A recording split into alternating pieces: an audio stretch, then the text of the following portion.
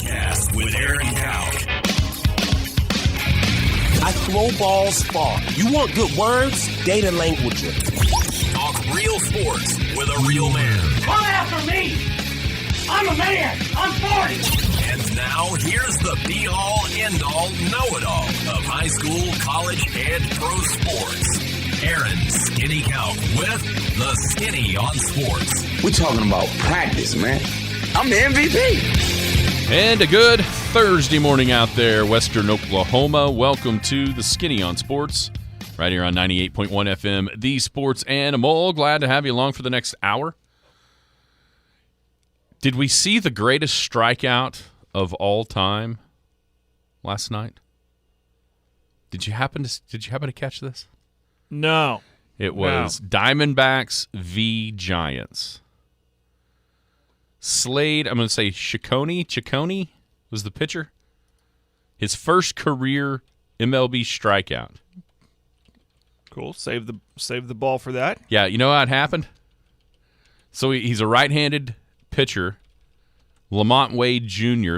for the Giants is a left-handed batter with 2 strikes on him. He throws what looks like to be maybe an inside cut fastball, kind of like starts it at him and cut over the inside part of the plate, you know? Mm-hmm. And it looks like it's going to hit him. Wade leans back to get out of the way. It barely nubs the end of the bat. Goes straight down into the crotchal area of Jose Herrera, who then squeezes his legs together because it hurts, and the ball never hits the ground. But he caught it. Yeah. That's called good Kegel muscles right there. It was nuts, dude. It was nuts for sure. That's awesome. It was and that's nuts. his first strikeout? His first, yeah. Oh, man. Do you really want the ball after all that? Yeah, probably not. I have the catcher. Can we get a fresh one? Yeah. Anyhow, that was pretty cool. That's crazy. We will talk a little baseball, and Will's already blowing up the dadgum text line. And I was going to mention his Cubbies. Look out. 36 runs in 2 games. I don't think that's happened since 1897. It's been a while back. The question on the table is this, and I'm afraid you're not going to like the answer from a lot of people. What's the team that's currently in first place that won't win their division? I'm sorry. No. That's not the question I want to ask. Oh. What's a team that's not in first place that'll win their division? Oh, right. Right now. And then also, is there a first place team that could be in danger of missing the playoffs altogether? So we can look at the standings and kind of go from there. Will somebody please call the Wambulance? Wow. The entirety of the Florida State universe needs it. You see all this yesterday? The blatant whining from the president to some different people on the board of trustees. Yeah, that's a true statement. Sam just texted. I just saw the tweet that we'll get to. Efforting the X. Is that what it's called Yeah. now? The X. I just saw that. I was going to get to that right off the top. Are they going to change the do you still have to type in Twitter or Twitter.com. You don't have to type in XXX or anything? Probably a bad idea. That might be a bad idea. They already took down his sign in San Francisco. I saw that. Anyway, they can take care of that sign, but they can't take care of the homeless. Go ahead. That are right underneath the sign, more than likely. Probably crapping on the street. Probably. Florida State upset with their media rights deal. What can they do? Can they do anything? Did you see the Position U rankings that came out at ESPN website yesterday? I did not click on it, but I saw OU was quarterback barely. QB. Quarterback U, yes. Yeah. Then also, big updated news on the Western Oklahoma Realty College Pick'em. Prize pack is official. So stay tuned. That's going to be cool. Stay tuned, and I'll tell you what that is later on in the show. Also, hope people are listening. Football's back, kind of, tonight.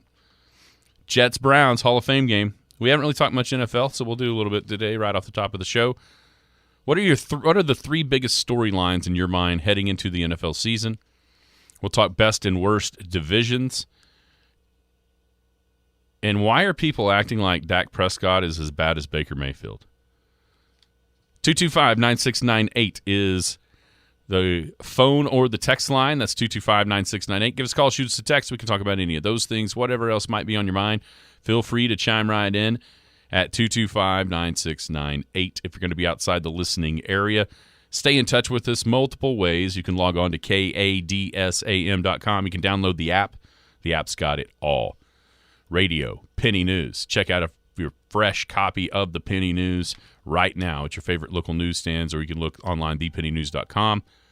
Big Elk and Paragon TV. Gosh, I went to a booster club meeting last night for football. That made you know that it's getting pretty close. I, too, was at a booster club Were meeting. you? Yeah. Well, I wasn't running it. That's the difference between me and you. But anyhow, of course, Coach Maynard on yesterday. You can go back and check that out on the podcast. If you missed that interview, I thought he was great, excited. So Big Elk TV, I mean, when we get in here tomorrow morning, it's going to be 3 weeks before the start of the Big Elk football season.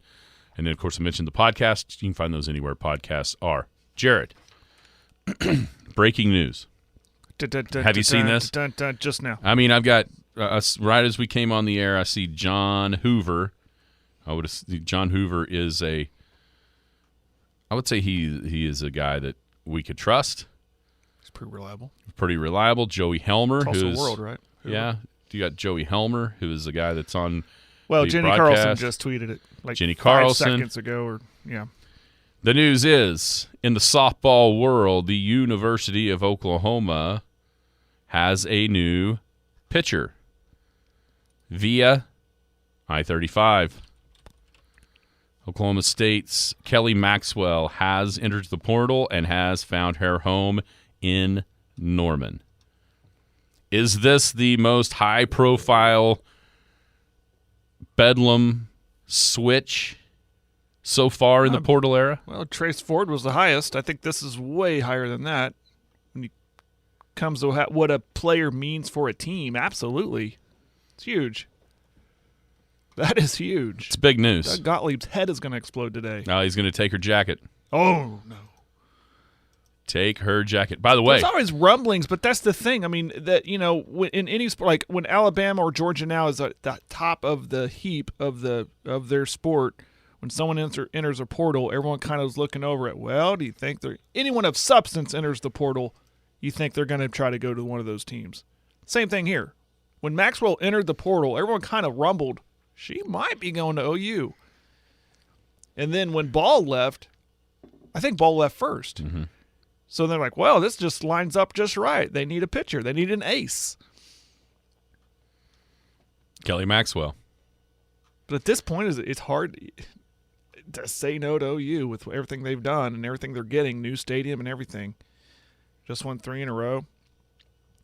But, yeah, this is big when it comes to rivals. No doubt. And Bedlam. And perfect timing for us, because guess who's on the show tomorrow? Oh, that's right. Elkett softball coach Caleb Murray. I mean, this is like I thought perfect it would be time. Kenny Gajewski, but not Kenny. Not Kenny. Caleb Murray even is. Better. Tomorrow, 9:30. Their season Monday. I saw they will be playing at Canute sometime this year. Pretty fun. But yeah, they had a great year last year. I'm anxious to see what they got going this year. Find out starting Monday. Ton to replace off of last year's team. I think they had 8 or 9 seniors a year ago. I got a feeling they'll be okay. I do too. I'm in the same boat as you, Jared. I've seen enough Elkett softball from the littles. By now, they're up there in that high school area. Yeah, they're going to be fine. That'd be good. So we'll talk to Coach Murray at 9:30 tomorrow. All right, football's back, sort of, tonight. Browns, Jets, Hall of Fame game. I ask you, Jared, and I ask the listeners to chime in as well on that text line, 225-9698. Give me your 3 biggest storylines heading into this NFL season. Just off the top of my head, Aaron Rodgers is a Jet. That's number 1 on my list as well. Jets. Jets. So will it be a former Packer like it was Brett Favre situation where he was, or will he continue to be really good? Will he elevate the Jets? And, they got some nice pieces around him. See, that's why it's so interesting, because when you watched them last year, they were just like a middle-of-the-road quarterback away from being a really good team. They had one of the best defenses in the league, and they got weapons. Zach Wilson or whoever else was just terrible. And honestly, didn't even not lose them. They went ahead and just lost them games. Yeah. And so one would think, even at his advanced stage of his career, that Aaron Rodgers is surely good enough just not to lose games. And at that point, you see an 8-9 turn into a what? 11-6, 10-7, pretty easy. Yeah, I think it's fascinating. When you need a drive, he's still a guy you'd want. There's always that question. You got 2-minute drill, 2-minute drive. Who do you want? Who are your top 3 or 4 quarterbacks? And he's in that conversation. No, 100%. And especially it's expedited because of, like I said, who he has around him, right? I think so. There's some really good pieces around him. So I'm interested in the Jets season this year because of Aaron Rodgers. I kind of made this an umbrella answer for my second one, but the running backs. Jonathan Taylor, what's going to happen there in Indianapolis? There's a feud or there's a stalemate there. Does he find a home? Does this go well into the season? I've heard a lot that they're both not budging. So what happens there? And then as a running backs, after the whole the running back Zoom meeting, what does the landscape of this season could be big for the landscape of the running back position? There could be a running back that breaks out and just declares, listen, we're still important. We still need to get paid. Or it could be, hey, we're just going to do running back by committee. Look, we just won a Super Bowl that way. Kansas City Chiefs, they've won some Super Bowls. Have they had superstar running backs doing it? No. So the running back position this year, what's going to happen there? And then this one's kind of offshoot. I did this real quick, but everyone watches who are Super Bowl contenders. But in my mind too, who's Caleb Williams contenders? Yeah, I almost put that one down. Who's going? I'm not saying they'll necessarily actively tank, but when that picture becomes more clear about mid-November, early December of a draft order, does that change? Because that has bigger implications than we think. It's not just about getting a really good quarterback. It could mean getting a coach. Coaches getting fired and going after, say, a Lincoln Riley or somebody, an up-and-coming type coach. So there's a lot of implications to a team, who that team is, getting Caleb Williams. Is it a subpar team that's happy with their coach and they think it's a perfect fit? Or is it another situation, let's say like in Arizona, where they went and got Kingsbury and then they went and drafted Murray? So that's kind of the top 3 for me. Aaron Rodgers, the running back situation, little offshoot, Jonathan Taylor, what's going to happen there? Because honestly, I kind of like to see Jonathan Taylor in a Dallas uniform. And who gets Caleb Williams for all those reasons I mentioned. How about you? I had Aaron Rodgers number 1 in New York. I think it's fascinating to see. My number 2 was, okay, so if we put Mahomes, Burrow, or who else, kind of top tier quarterbacks? The very top. I mean, Mahomes is all by himself. Is Burrow next by himself? And then draw a line to go down to everybody else? Yeah. I mean, Rodgers is older. Brady's gone. You know what I'm saying? Yeah, right. I don't know. Yeah. So racking my brain. I mean, I mean, Herbert's done something nobody's ever done, but he's never won a playoff game. Blew, what was that lead that he blew to Jacksonville? 27 points this year in the wild card round.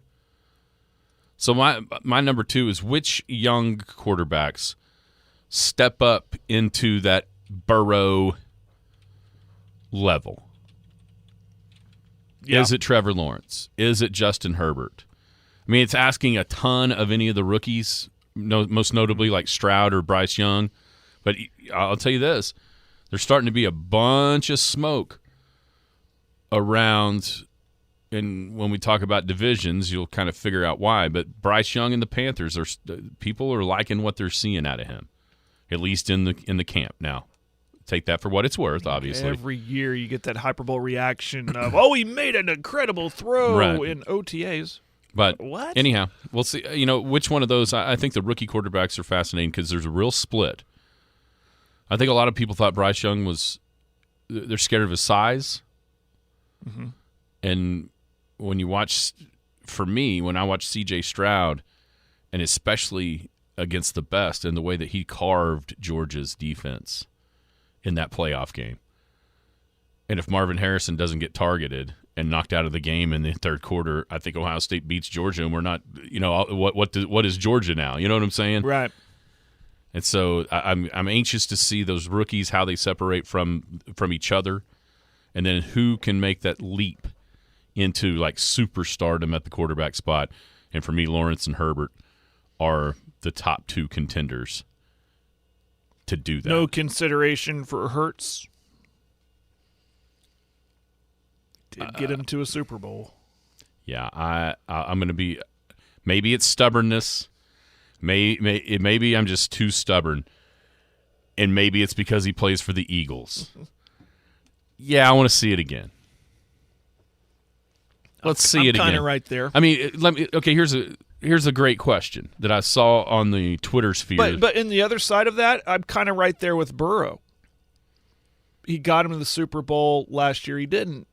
I'm kind of there. If you're I'm kind of on that precipice of, is he or isn't he? If getting to the Super Bowl is your only way of being a superstar, then Mahomes is going to be the only one. Well, yeah, he's the only one. But then you look into so next level guys right below him, guys.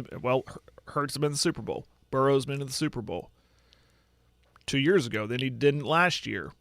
So it's kind of like, I don't say make or break, but this season really could define Hurts and Burrow. Yeah, it ain't defining Burrow. Burrow's the second best quarterback in the league, no matter what happens, in my mind. Josh Allen's on that level too. I forgot Josh Allen. I forgot Josh Allen. He's on the Burrow level. Let me ask you this. If Hurts was the quarterback at Dallas and Prescott was the quarterback at the Eagles, would Philly still have made the Super Bowl? Oh, that's a great question. The answer is 100% yes. Yeah. 100% yes. Why? Because of everybody around him. That defense was stupid good. It was good. Yeah. And the weapons that he had were awesome. What we're going to see from him is he Russell Wilson? Or is he closer to Pat Mahomes? He's getting paid now. What does that mean? Guys go away. Right. So is it Jalen Hurts or is it the weapons around him? I tend to believe he's better than I thought he would be in the pros. There's no doubt about that. I'm not so sure that he's on that level. I thought you were going to ask if Jalen Hurts, if you switch spots with Hurts and Prescott, would Hurts get the same treatment that Dak is getting right now? That'll come up. Yes, the answer is yes there too, because he's the Dallas Cowboys quarterback. Because he wears a star on his helmet. Yeah. All right, what's the my last is the running backs as well. Is the league turning away from, they're obviously trying to, from a pay scale, can a Jonathan Taylor, Dalvin Cook, Josh Jacobs, Zeke to a way lesser extent, but can one of those guys make such a difference for a team this year that it stems that tide? I don't know if it's even possible at this point, because it's such a copycat thing in the league. And everything kind of ebbs and flows, right? Mm-hmm. It's the in vogue thing right now for running backs not to matter. So I don't know if they can stem that tide or not, but it's certainly something to look at, not only for this year, but then all the way down to junior high football. Is there some kid out there right now going, yeah, I could be a stud running back, but why would I want to do that? And how fast does this filter down? I think you already see it a little bit in college with 2-3 type, guys. So how does that affect the long-term viability of that position? What about the division? What do you think is the best division in football? I think it's down to 2, but I will lean NFC East. New York, they went and paid their running back. We've talked about Dallas. I think there are pieces there. If Dak keeps interceptions low, they're really good. And then there's Philly. For all the other reasons we've mentioned, they got a lot of pieces around him, and Hurts returning. But question is, can he duplicate what he did last year? Washington's kind of a wild card, so 3 out of 4 ain't bad. I think after that is NFC North with the Bengals, Ravens, Oh, Steelers. AFC North. AFC North. Did I say NFC? Yeah, I'm sorry. AFC. I even wrote down AFC. AFC North. Bengals, Ravens, Steelers, Browns. They're kind of the same way. I mean, you got Bengals, Ravens, Steelers all viable to make a run and get in the playoffs. Who knows? But the Browns are going to brown, So, but I go for quality and the most. Listen, NFC East put 3 in last year. That complete 180 to what they used to be. Just horrible. Like top heavy. That was it. So I'll go with that. I think NFC East followed closely by the AFC North. I had 3, both of those in there, but behind. I think the AFC East is the best. Bills, Dolphins, Patriots, and Jets. Yeah. Just because I think if you think the Pats are the worst team in the East, I think they're better than Washington. That's true. And I think they're better than Cleveland. Yeah, I failed to realize that. But then, that used to be the easy answer, was that division. As the worst forever. Well, I meant it was so top-heavy. New England was rampaging through Yeah. it. But it hinges on a couple of things, which all these kind of do. But the Dolphins are so much different when Tua can play versus when he can't. And can he avoid – I mean, he had like 4 concussions last year. I'm actually a little bit surprised he's playing. That would have to give you pause. And moving forward, if that happens again, how in danger is Tua's career of being over. But just on paper, I think it's the AFC East just barely ahead of the NFC East, with the AFC North next. A lot of people are, obviously Baltimore, Cincinnati look like they're shoe-ins to be good teams. A lot of people are high on the Steelers, and we'll see. I think they're more of a question mark than, say, the Jets. More of a question mark than, say, the Giants. Mm-hmm. You mentioned 3. The NFC East had 3 in the playoffs last year. So I'll go that way. What about worst? I think the worst division is easy. Oh, wow. Go for it. NFC South. I didn't do that. Oh, yeah. Oh, yeah. Falcons, Panthers, Saints, Buccaneers. Yes. AFC South is pretty bad, too, especially if Indianapolis is a dumpster fire with them in Houston, Jacksonville, and Tennessee. And then the other one I wrote down, it's amazing how fast they have fallen. Because I think a year ago at this time, we might have been saying they were the best division in football. The NFC West. The Cardinals are a dumpster fire. Not sure when Kyler's going to be able to be healthy or playing. What are the Rams doing? Stafford. Is Stetson Bennett going to be their quarterback? Do we really trust that Geno Smith is good for the Seahawks? I mean, San Francisco's obviously good. But the others, pretty bad out in the NFC West, which is crazy to say from just where they were a year or 2 ago. Mm-hmm. That's where I go with the worst. I think I totally agree. NFC South is a guaranteed worst to me. There's not much discussion on that one. That's oh my gosh. Your evident. quarterbacks are Desmond Ridder, a rookie Bryce Young, Derek Carr, and Baker, who can barely beat out Kyle Trask if he can. Yeesh. That's a recipe for 8-9 was the winner last year with Tampa. I'd say 8 wins look pretty good in that division right about now. Mm-hmm. All right, then the last thing you mentioned about Dak and dude, the hate for Dak Prescott around the country is off the charts. And it comes with the territory. Anybody that thinks that the Dallas Cowboys aren't still America's team or the most valuable franchise in sports or the most looked upon team, and then give me a break. LaShawn McCoy talking about how he played with so-and-so and so-and-so and nobody disrespected and nobody would throw a ball at the quarterback. Meanwhile, he mentioned Josh Allen or how Josh Allen threw a ball at one of the defenders with Dak and Trayvon Diggs getting into it the other day at practice.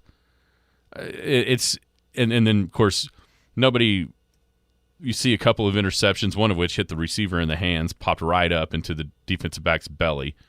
Oh, he's thrown 3 interceptions in camp. Who cares? Not to mention the fact that if you're going to start keeping track of stats, he's also thrown 13 touchdowns.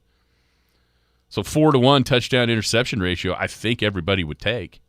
It's the same overreaction of when a rookie is having a heyday in camp. I mean, it's just crazy. They're ready to mint this person a tier 1 quarterback, and it's the same overreaction. A guy like Dak, any guy that's thrown a football for Dallas, it's the same thing that they did to Tony Romo. That's exactly what I was. It's so thing. True because he Romo went and broke records. He has been. They have the media, the national media, and even locally, had pigeonholed him just like they did Tony Romo. Whereas the only way he can be an acceptable NFL quarterback is to win a Super Bowl. Mm-hmm. Nobody else is held to that standard. Nobody. And I'm so glad you thought of it the way that I did going back to Romo, because it was the exact same thing. And so this is going to be important and one of the hardest seasons in Dak Prescott's career, because you look at the way the last 2 seasons have ended, it's just comical last plays. The quarterback sneak that they couldn't get a last shot at the field at the touchdown off because the time expired against the 49ers 2 years ago. Whatever the hell that was, trying to do a bunch of I don't even know what that was last year. Once again against the 49ers. This is going to be the hardest season of Dak Prescott's career, because it is going to be the most scrutiny and the most negative scrutiny that he's ever been on. Is it unfair? Hell yes it is. But that's the territory of being the quarterback of the team with the star on their helmet. Yes, it is. And I'm sure I think he knows that. Oh, I do too. You don't see him making comments against that fact, or like, why me? Why me?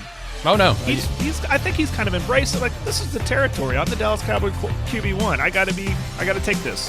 One thing concerns me about it, and I'll tell you when we come back next. Okay. And also a question on the text line about the NFL. It's almost here. In motion is Patton. It's going to be that trap play to Garbarino up the middle. That's the 30, 35, 40, 45, 50, 45, 40, 35, 30, 25, 20, 15, 10, 5. Touchdown! Big Elks! Cooper Garbarino, 77 yards. We're closing in on the start of Big Elk football, which means Big Elk TV will be on the air before you know it. Wynn and Garza are the running backs. Jones under center. Austin, snap, turn, hand off to Wynn. Jaden piles toward. It's a touchdown for the Big Elks. You'll be able to watch and see if Coach Maynard's brown and white-clad Elks can continue their winning ways. Snap back, play action, lobs it toward the end zone. He's got a man. It's a touchdown for the Big Elks. Tucker Garza. To get your business on the Big Elk TV screen, call 225-9696 or stop by our office at 220 South Pioneer. The Skinny on Sports. And we're back!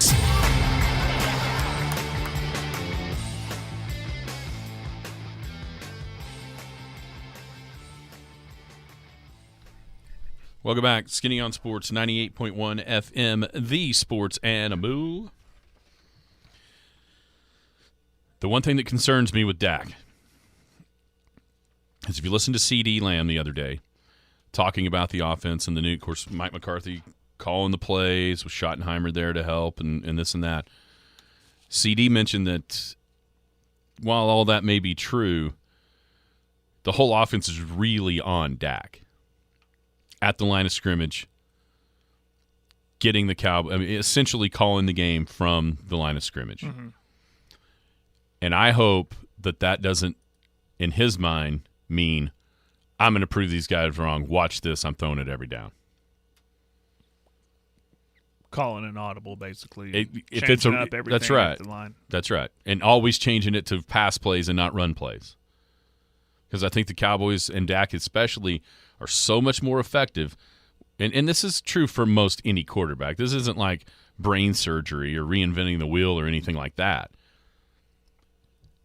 But quarterbacks are way more effective with a quality run game. Everything kind of spins off of it. You heard Coach Maynard say that yesterday.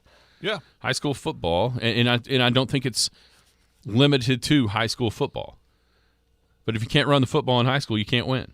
I think that's true in all aspects of football. It may not be to the great extent that it used to be, but it's still the truth. Think about in an NFL game, how many times, regular season, playoffs, it doesn't matter. How many times is a team up, say, 4 points, a team up 3 points, 2 points, or even a touchdown, or even a single point? And they get the ball with 2.5 minutes left on their own 20, and the other team has enough timeouts to get the ball back with enough time to do something about it. And how many times does that team win or lose the game by running the football? Every single time. It happens a handful of times a week across the league. You may not have to have the most highest paid running back and all that, but you have to run the football or have the ability to run the football when the other team knows you want to run the football. It still comes down to that in the NFL. Mm-hmm. Week after week after week. Question on the text line, are the Detroit Lions for real? Man, I don't know. Let's watch. Let's wait and see. I don't know. Kind of had that same question. There's a lot of optimism about them last year, and they didn't pan out. Yeah, but they were way better than they have been. Yeah. Their offense was fantastic. You know who's? I'll just tell you, I wouldn't bet money on them by any means. What do you think? I think they're pretty good. They have to improve on defense. Jared Goff had a great year. Which I love that for him. And he's got weapons all around. Amon-Ra St. Brown came out of nowhere. Now he's can Jamison Williams stay out of trouble enough to help him? Seems like he's kind of having a rocky camp from an attitude standpoint, coming off that knee injury. He was great last time we saw him at Bama. You know, if he can help, that's just another weapon, and then just improve defensively. If this is a year to contend for the North, this could be the year. It seems a little bit more wide open. Well, what are the Packers going to be? I don't know. I've heard rumblings already conceding the fact that it might be a 500 or below 500 type season. Do you trust the Bears? Never do. And then the Vikings. Here's the problem with the Vikings. Those one-score wins have to even out. They have to. And so if they do that this year, instead of winning like 8 games or 9, it was 9 or 10, wasn't it, by one score? Something like that. You just go 50-50 in those, and all of a sudden, 13-4, you're down to 8-9. Instead of winning them all, you just win half of them. So Detroit is they're definitely and I don't mean a wild card playoff team. I mean they're a wild card. Like I don't. Mm-hmm. Again, I wouldn't bet on them, but it'd be a great story if they go and do something good this season because it's been so long since they have. I think they'll be kind of a chic pick to win the North. Mm-hmm. I mean, I don't know if it's because people think they're going to be good, or if they're just kind of the darlings or the best of bad options. Right. All right, Florida State. Goodness. The whining out of Tallahassee yesterday was off the charts. You had Drew Weatherford, a former quarterback turned board of trustee. I remember him. Yeah, I remember that name for sure, and the recruiting, more from a recruiting standpoint than what he did at Florida State, to be honest with you. But for him, board of trustee talking about how it's not if, it's when and how Florida State gets out of the ACC.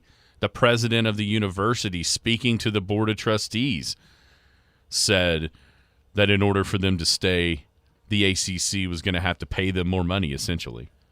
Give them a better deal above everybody else in the conference because they're the ones that attract the TV money. ACC has already done this once, incentivizing bowl and college basketball performance. Now they want them to do it with the TV numbers. And if they can't, if they don't, Florida State's leaving. Well, here's my question to those people. How do you think you're going to leave? Yeah. Your grant of rights extends through 2036. So in 2016, the ACC and ESPN cut a deal for 20 years, which spawned the ACC network and then also, obviously, the media rights package all through. Shockingly enough, in this fast-paced world we live in, that deal 7 years later looks nearly obsolete, and it's still got 13 more on it. Is there anything they can do other than stomp their feet and whine like children? I just don't know. A litigation immediately comes to mind, or a lawsuit or something to try to get out of this and drive the price down for them to sign a check to walk away. But that just seems, going to court for all this, that just could be, the ACC would just assume draw this out as long as possible to bleed Florida State. There's nothing they can do. I don't think there is either because, okay, yeah, you can pay an exit fee. Let's just say. Yeah, is there such a thing? Let's say the exit fee would be $50 million. Here's the problem. That doesn't cut your ties with the grant of rights. So as soon as they exit, the ACC sues them. Mm-hmm. Seconds after this happens. And what happens, let's say it lasts 6-7 years, okay? Florida State pays a $50 million exit fee, heads to the SEC, heads to the Big Ten, wherever, in which they knock down, let's say, $60 million a year from their TV rights deal. They get to keep that right now. But what happens in 7 years when they lose that case? I'll tell you what happens. If they're making $60 million a year for those 7 years, they owe the ACC $420 million. That ain't happening. No. That's bankrupt the university stuff. So here, you know how you change this, Florida State? I'll tell you how. Don't be an idiot and sign a 20-year media rights deal. That's the only way this could change, is what you did in the past. Because right now, it looks for all intents and purposes like they are stuck until those numbers come down to a manageable fee, which is a decade away. Here's what's crazy. I heard the guys talking about this on the drive in. So the Big 12 deal starts in 2025, the one they just struck. That'll pay the schools $31.7 million apiece. And that doesn't matter if it's 12, if it's 14, up to 16 teams. That number is set in stone. And so, with OU Texas leaving, that knocks the Big 12 down to 12. Mm-hmm. But the conversation from there doesn't have anything to do with, okay, who adds value. The value is already set, no matter who it is. So Colorado knows they're getting $31.7 million baseline to start this deal. Any other three that join know that. And that's just in the contract. There's nothing you can do about it. That's where it's at and then goes. That deal runs through 2031. So the Big 12 will have one more bite at the apple guaranteed before the ACC comes due. Big Ten, SEC, same situation. Now, here's the interesting thing, and this will suck if you're a Florida State fan, Clemson, whoever in the ACC. The Big 12, the SEC, and the Big Ten could then structure the next deal to expire in 2036, allowing them to then have another bite at the apple, possibly ahead of the ACC if they're all coming due the same year. So all three of those conferences could possibly have 3 TV deals, 2 brand new ones and the one that was running, before the ACC gets another chance at renegotiating their own in 2036. Now you see, when you think of it like that, you see why Florida State is groveling like children. Because they know, think about how far behind you get monetarily if the other 3 conferences get to have another renegotiation before you do. They've already done it once. Yes. They all just did it.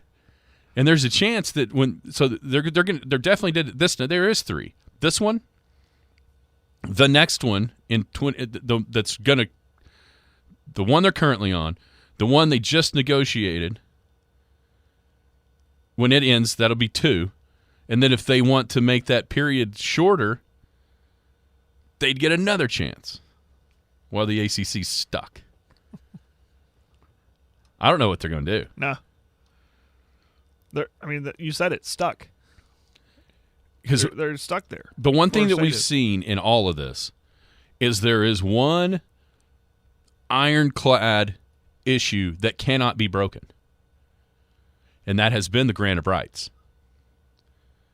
That grant of rights has been ironclad. It is.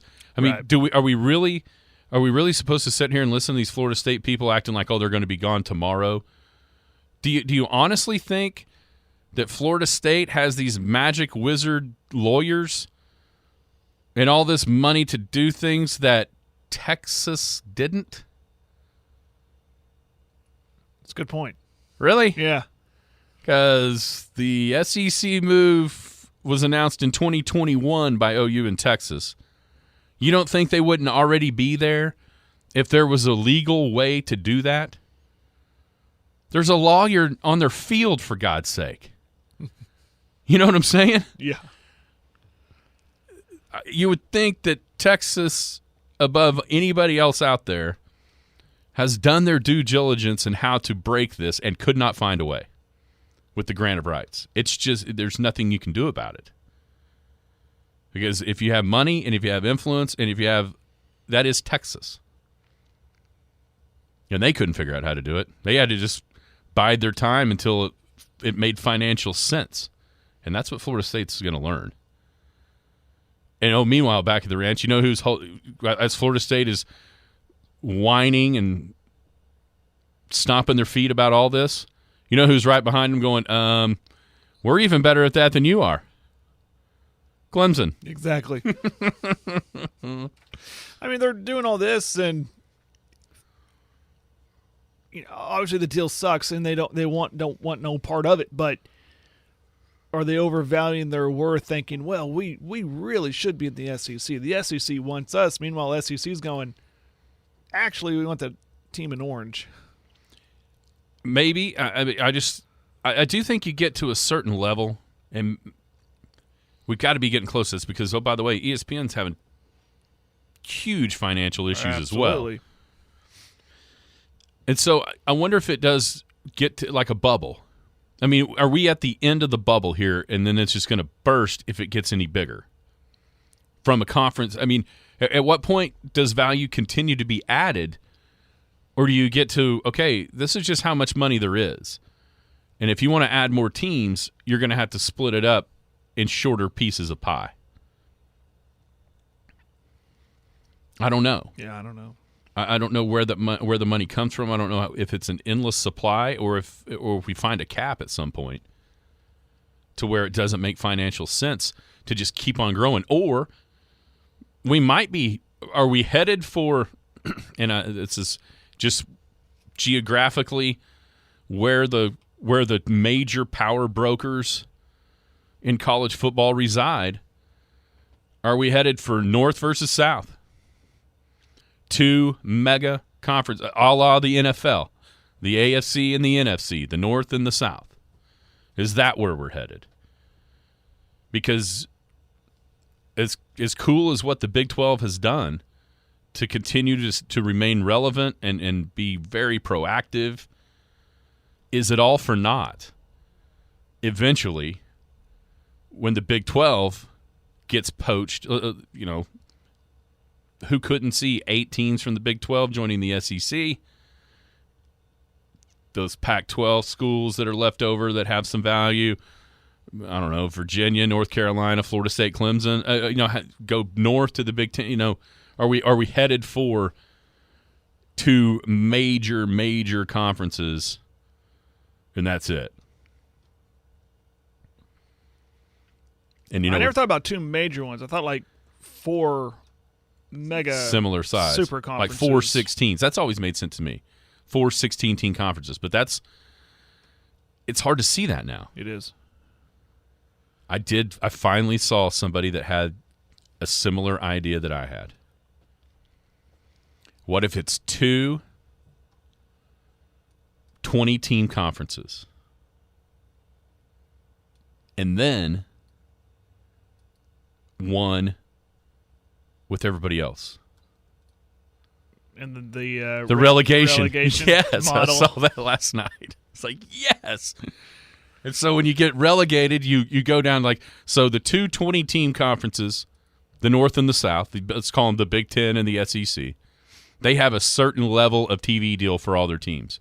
Then this other conference, with everybody else in it, has a lower level of media rights for their teams. And so 2 from the North, 2 from the South gets relegated down, 4 teams pop up, and as they go down, if you go down, you make less money. If you go up, you get more money. More money, yeah. I think that'd be pretty cool. You It's earn pretty your good. keep. That's right. You win your keep, yeah. But I finally had kind of seen that. Can't believe it took this long for someone to realize the brilliance. To wake up. Huh? Somebody to wake up and realize. Yeah. It's a great idea. When we come back, we're going to use the Position U tomorrow. Talk about Western Oklahoma Realty, College Pick'em, and baseball. Finish out a Thursday on the Skinny on Sports. It's almost here. In motion is Patton. It's going to be that trap play to Garbarino up the middle. That's a 30, 35, 40, 45, 50, 45, 40, 35, 30, 25, 20, 15, 10, 5. Touchdown, Big Elks. Cooper Garbarino, 77 yards. We're closing in on the start of Big Elk football, which means Big Elk TV will be on the air before you know it. Wynn and Garza are the running backs. Jones under center. Austin, snap, turn, hand off to Wynn. Jaden piles toward. It's a touchdown for the Big Elks. You'll be able to watch and see if Coach Maynard's brown and white clad Elks can continue their winning ways. Snap back, play action, lobs it toward the end zone. He's got a man. It's a touchdown for the Big Elks. Tucker Garza. To get your business on the Big Elk TV screen, call 225-9696 or stop by our office at 220 South Pioneer. The Skinny on Sports. Welcome back. Skinny on Sports, 98.1 FM, the sports animal. Final segment of a Thursday. We'll start out with the Western Oklahoma Realty College Pick'em Contest. We did this last year using the ESPN website. It was a blast. It's a season-long picks contest against the spread. Okay? So they give you 10 games each week. You pick them against the number, and at the end of the year, somebody's going to win. Last year, it was Robin, one of the eye doctors here in town. Okay. And her prize was an awesome prize, a trip to Simon's Catch. Not bad. It's a great prize. Pretty good. The prize pack has been, we're going to have to test it for PEDs. And I can already tell you the test is positive for PEDs with how it's grown over the last year. So we have a listener that at the end of the season was like, "Man, I want to step up the game of the Pick'em next year." It's like, "Okay, what are you thinking?" Well, how about if I just put $500 cash in the pot? Boom. Okay, that number is $800. So we have $800 prize pack for the Western Oklahoma Realty College Pick'em Contest. Here, so I talked to Tyler. Like, how do you want to do this? Is it just one person gets 800, or want to keep everybody else? You know, if somebody just gets out to a big old lead, is that a way to do we need to incentivize everybody to keep going? And he's like, yeah, I think we need to make sure it goes the whole year. And so here is how it's going to break down. The winner will receive half of the pot, $400.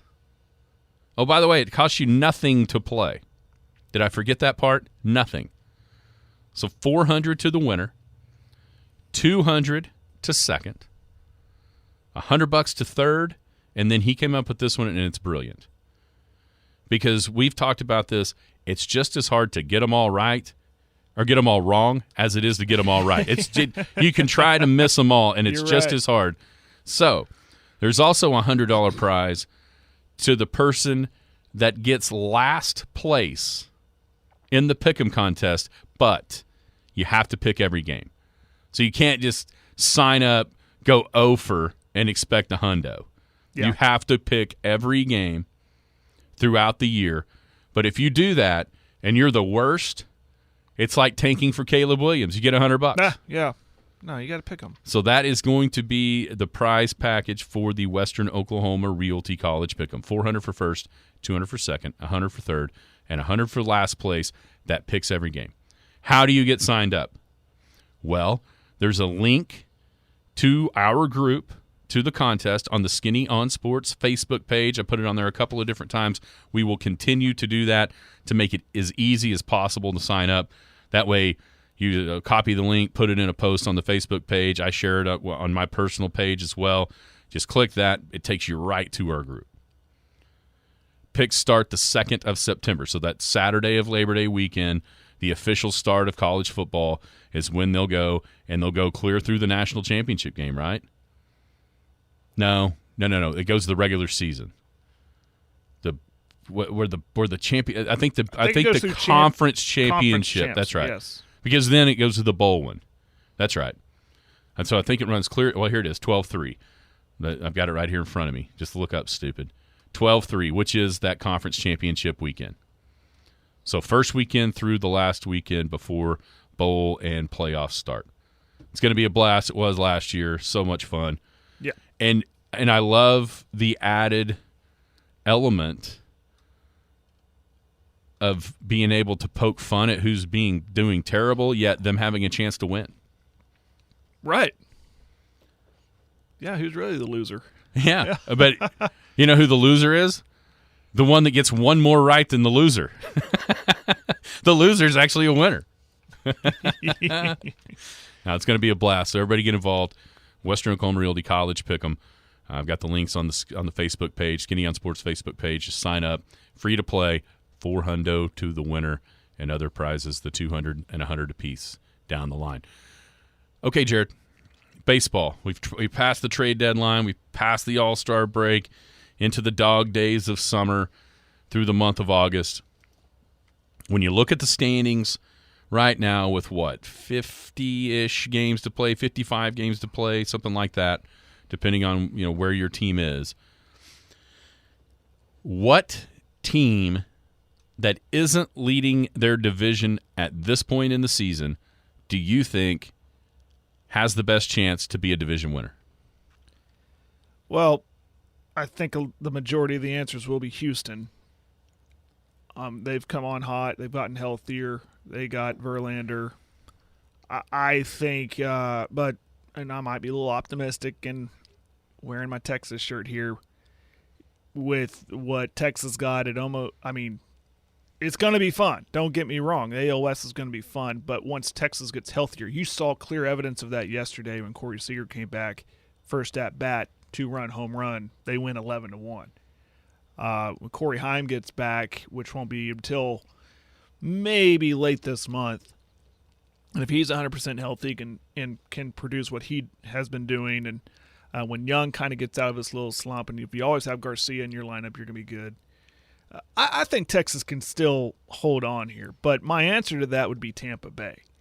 Baltimore's an awesome story, but Tampa Bay, I think, is too good not to win the East. I think they can catch Baltimore. They're just a game and a half back right now as we speak. A lot of games left. So my answer would be Tampa Bay, not in first right now, but will be division champs. My answer hurts. It hurts my heart because it means that my Brewers get leapfrogged. Well, you're going all the way to a third-place team. I am. And it's probably a little bit prisoner of the moment with the 36 runs over the last 2 days. But it's really not. And I'm going to say it's the Cubbies. And here's why. The Cubs are only 2 games back in the loss column from Cincinnati and from Milwaukee. And they're the hottest team in the division right now, obviously 8-2 over the last 10. But it's the number, at least in the standings I'm looking at, third from the right. And that is the run differential, the season-long run differential. The Cincinnati Reds are minus 17 for the year and are 8 games above 500. The Milwaukee Brewers are 15 runs to the negative and are 7 games above 500. Chicago is the only team in the division with a plus run differential, and they're a plus 77. And they're only 2 games above 500. Now, could that mean that they're not beating any of the good teams and just pounding the hell out of the bad teams? It can. But Cincinnati is a pretty good – Cincinnati is leading the division. And they just put 36 on them in 2. So just purely because of the massive difference in the run differential so far this season and the fact that they're only 2 games back in the loss column, even though there are 2 more teams up there, unlike Tampa trying to reel in only the Orioles. I'll go with the Cubbies because that number just jumps off the page at you, right? When you look down through here, they seem like they've been the best team. They just haven't got the results in the standings yet. Mm-hmm. So that's where I'd go. Now, is there a team that's in first place currently that you would worry misses out completely? Wild card, division, and just isn't in the playoffs? Right now, the Twins. That's the only choice, right? It has to be because they are the first-place team with the least amount of wins at 55 wins. So if they drop into second, and then there's a team. Houston's going to be.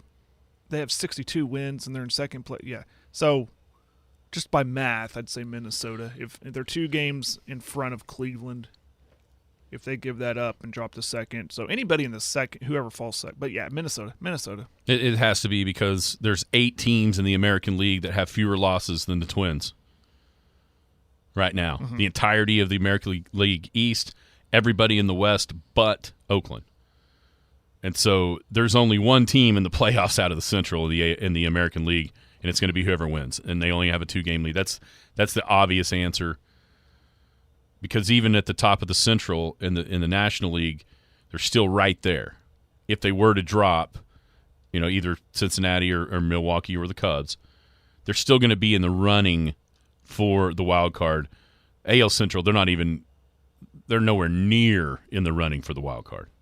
So that's where that's got to be, the Twins, for sure. All right, good show. Good stuff, and we'll overreact to a Hall of Fame game tomorrow. Garrison Financial Friday tomorrow. I hope Scotty G is here.